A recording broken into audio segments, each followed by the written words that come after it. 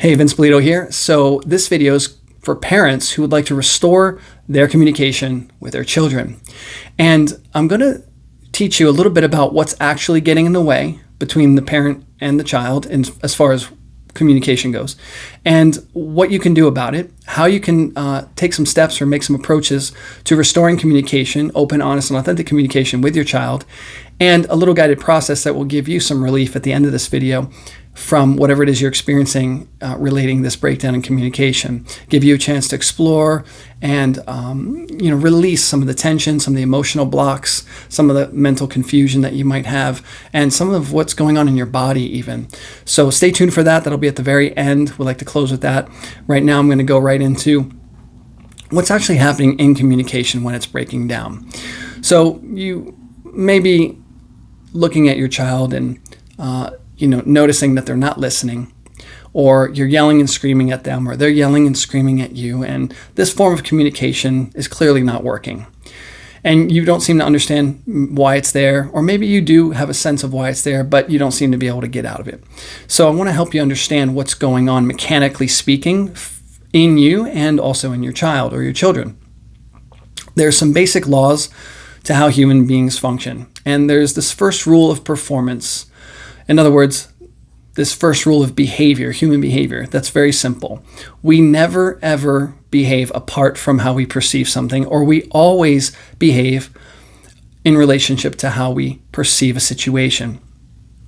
So the perception that you have or that your child has is the root of their behavior. So if they're not in communication, or they're yelling, or you're not in communication or don't want to talk to them, or you're yelling, or you're arguing, or there's conflict, it's because the way you perceive the situation is dictating how you're behaving, how you're responding. Most of us do not realize that our perception is not necessarily conscious. The reasons we give for why we're doing what we're doing are usually not it. For example, I spoke to a mother who's concerned about her child not going to college, right? And she's yelling at him and she's screaming at him and she's wondering why nothing's working. And, she's just shocked that she's not getting through. And of course, his response is to just withdraw, not want to communicate, right? Well, yelling and screaming, trying to control somebody, it's very alienating. It pushes them away. They're going to go on defense, right? It just doesn't work. You don't want anyone yelling, screaming, controlling you. So why, as a parent, would you think that your child would want to hear that? It usually just pushes the child away. Now, I'm not making anyone wrong for doing this. There's reasons why this happens, whether the child's yelling at you or you're yelling at the child. And it's important to validate your concerns and your pain underneath it, why you're angry in the first place. In this particular case, what's really underneath it for this particular person is the fear that this child would turn out like her real son. This actually was not her real son. It's a adopted son, and her real son had serious problems, and she realized that I'm just terrified that the same thing will happen to him. So she's not yelling because she's scared that he's not going to college. She's really scared that he might turn out like this other one that she had, and that situation's unresolved for her. So her perception is not really what she thinks, like, oh, he's not going to college, he's wasting his life, all the things that she says. Her perception really at the bottom of it is, I'm terrified that he will end up like my other son. That's really what's controlling her point of view, and then why she's screaming and reacting. And we got to this because through compassionate viewing from me and guiding her to just simply be aware of what's there, she was able to just see it and communicate it. And now once we start to get in touch with these deeper sources of our perception, we can start to relate to the other person authentically. So when we communicate inauthentically, and we don't necessarily always do this on purpose or even are aware of it, right? We just might be yelling, screaming, whatever, communicating something, trying to force our way through, and it's not working because there's something underneath it that's not really clear to us. And because it's not really clear to us, we can't clearly communicate it to the person we're trying to get into communication with. So here's an example of what could be done, an approach in this particular case with how she can get into communication with her child, even after a lot of chaos and arguing and screaming and yelling and a lot of distance, right? So when things are calmed down, obviously you don't want to go right into this if there's an argument present, but when things are calmed down, it might be a good time to approach and say, you know what, to your son or your daughter, this could be for anybody really, but you might just say, look, I realized something. I've been getting really upset. I've been getting really pushy and control-y because I noticed that I'm really afraid. I'm really afraid that something bad will happen. And because of that, because of my fear, and because of the pain I'm experiencing about my other child in this situation, I'm scared, and I want to control and force you to do something because I don't want anything bad to happen to you.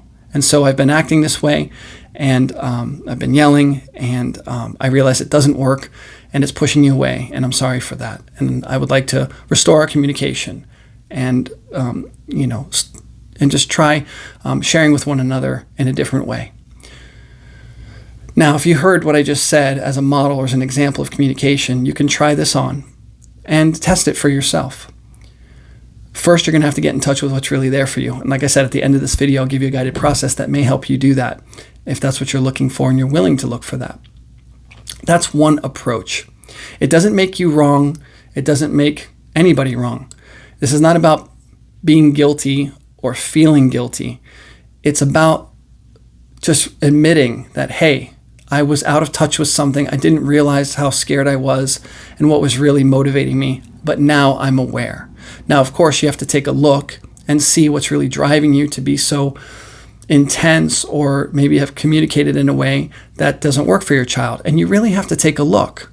If you're just going to come from a place that's like, well, I don't know, it's not me. Like, I'm doing everything I can, and, I speak, perfectly and whatnot. Well, clearly something about your communication isn't working.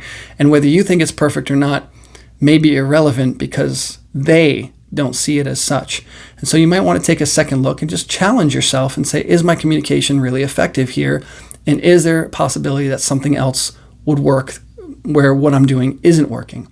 And by just getting honest with yourself and examining yourself, you can make some adjustments. Again, this isn't about finding fault with self, making yourself guilty, feeling ashamed, or any of that. This is not what this is about at all. This is just about saying, hey, I really want to get through here, and I'm willing to look and see what might not be working on my end.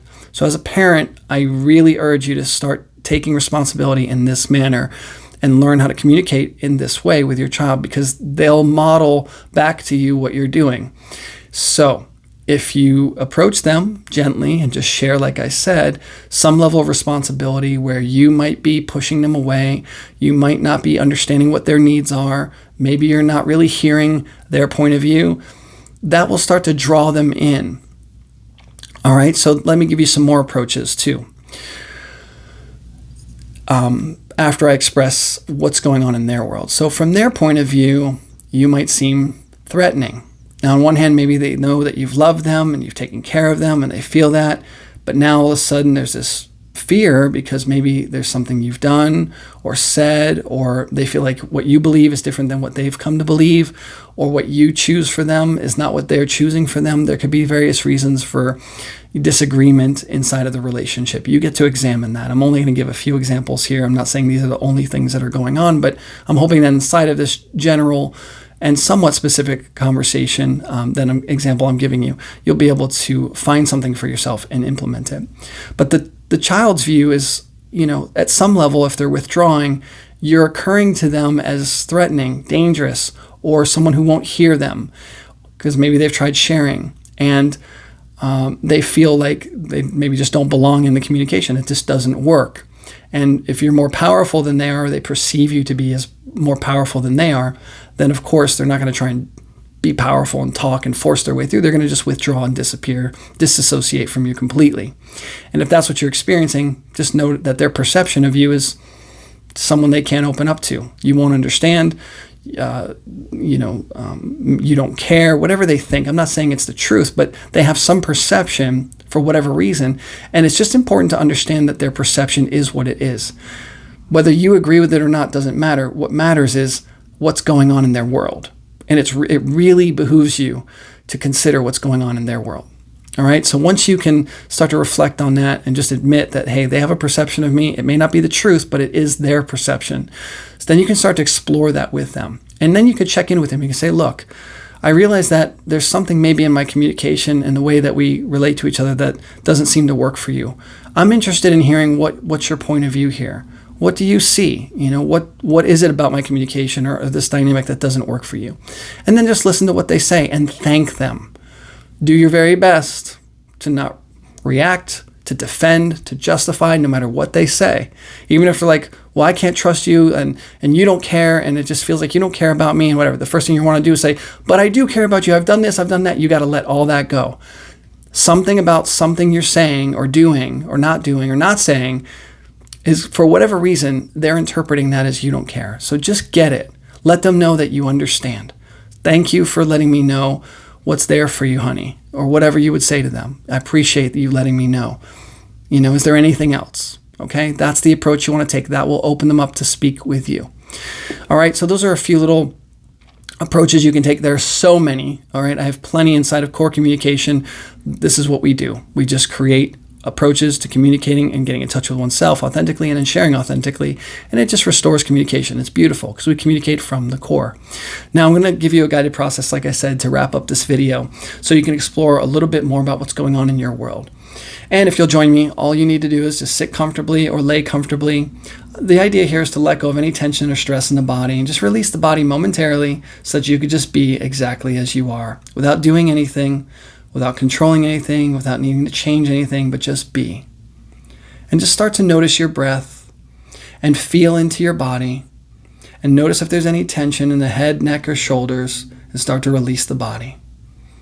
Release the chest and the arms, the stomach, the back, the legs all the way down to your feet. Just let your body go just for a few moments here. And notice and observe the breath coming in through the nose, out through the nose. And just welcome the breathing, becoming aware also of the sensation at the center of your chest. Can you feel your heartbeat at all? Or can you just feel the space within your chest? Just become aware of it. And just welcome whatever's there. And just welcome the whole body experience that you're having right now in this moment.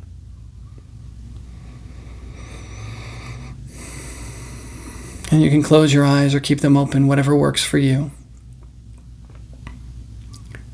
Now, just reflecting on this communication you're having with your child or any trouble you're having, notice what you're feeling in your body when the communication isn't working.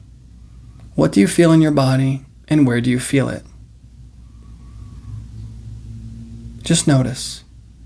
There's nothing to do about it other than to just become aware. When you're trying to talk to your child, if they're not listening or you guys are arguing, where do you start to feel uncomfortable the most in your body? And just let the attention be upon that for a few moments. And just welcome it. Allow it to be here.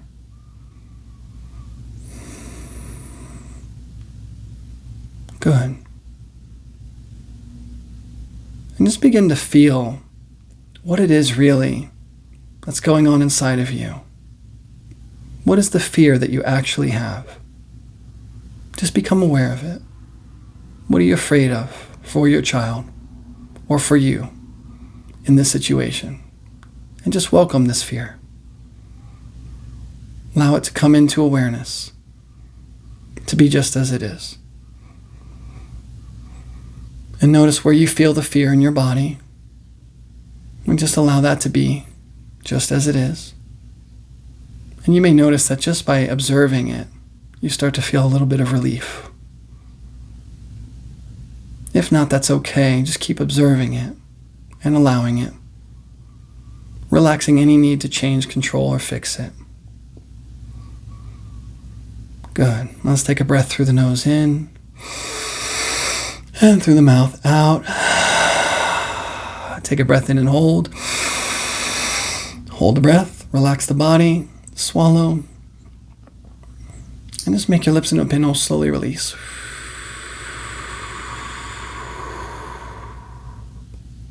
Good. Now you can do this process a few times over, and it'll take you a little bit deeper. we're running out of time here to hit the 15-minute mark, so I want to thank you for joining me. I'll be creating more videos in the future, so be sure to subscribe to our channel or follow us or whatever will help you stay connected.